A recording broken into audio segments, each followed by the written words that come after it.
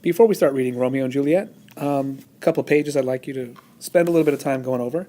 One of them will be called an anticipation guide. It's called Student Worksheet number 1, and you're going to make some decisions based on how you feel about certain questions. And in the back side of that, Student Worksheet number 2, you're going to be doing just a little bit of research about William Shakespeare, and both of these are due by the due date. Please do number 3 first, which is this page. It says worksheet number 1 at the top, and here's your directions. If you are not sure, which is probably the key one, then go ahead and put no, not sure. I'm not going to grade this page, but it just gets you ready to read the story and have some opinions and feelings about what the characters are going to go through.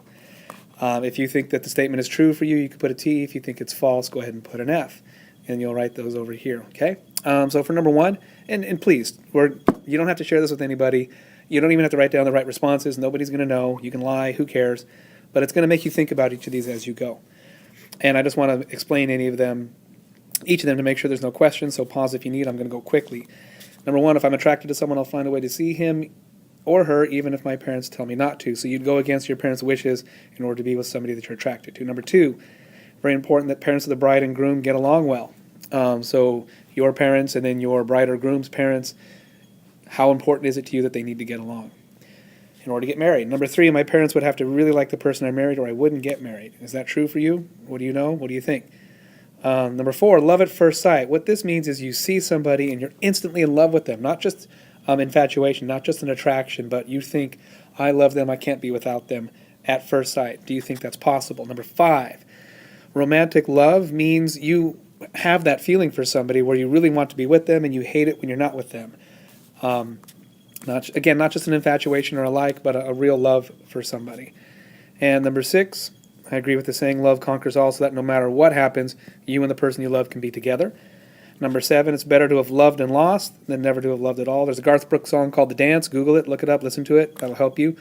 It kind of talks all about this. This statement says that it's better to have enjoyed that feeling of love and lost it, however horrible that might have been, than never to have loved somebody at all. Number 8, is it possible to die of grief? Do you think you can physically die from grief, which is like extreme depression? And number 9, is it possible to die of a broken heart? Same kind of question, but this time somebody's broken your heart and you're going to die from it. Physically die. Number 10, being separated from the one you love is worse than death. So if you've loved somebody and you can't be with them ever, would that be worse than being dead? Number 11, all's fair in love and war. This statement is kind of an idiom, and it simply means that no matter what happens, no matter how I treat other people, as long as I'm trying to win the love of somebody, then there are no holds barred. I can do whatever I like to win that love. Number 12, and these, do your best on them. 12, 13, and 14, do you think these are true or false or not sure? When you finish with that, go on to the back side, which I'm not boring you with one of my horrible copies of a picture because I don't have a PDF of this one. This is where you can do some William Shakespeare research. You're going to need a browser on that. If you need to do that in school, let me know, and then use one of our computers at school. Do the best you can. Some of these answers are in debate, so you'll find some websites that have different opinions on them. Just like I said before, do the best you can to complete all sections 1, 2, and 3. And that is it.